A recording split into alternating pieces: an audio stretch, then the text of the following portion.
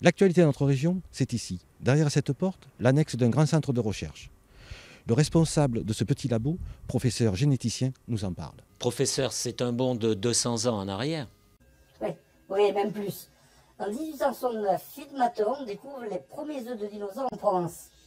Vous affirmez, malgré les menaces que vous avez reçues, que vous êtes, avec votre équipe, sur le point de réussir. Comment en êtes-vous arrivé là?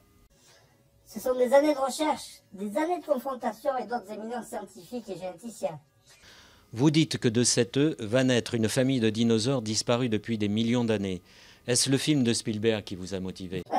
Non, notre seule motivation, c'est la science. Nous espérons réussir cette expérience unique au monde.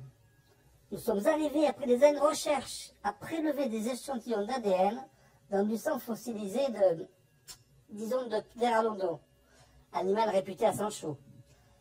Avec la manipulation génétique entre l'autruche et la chauve-souris, nous pensons être arrivés au résultat attendu. Mais quand pensez-vous passer à l'étape supérieure, c'est-à-dire le milieu naturel? D'ici 2 ans, nous pourrons introduire cette espèce en milieu naturel.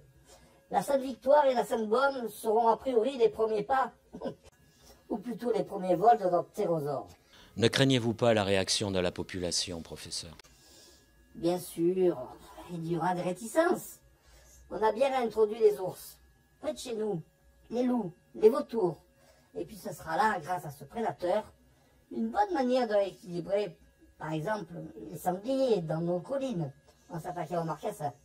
Merci, professeur. Après avoir réimplanté le loup dans les Alpes, les ours dans les Pyrénées, une variété de dinosaures pourrait reparaître dans les massifs autour d'Aix-en-Provence.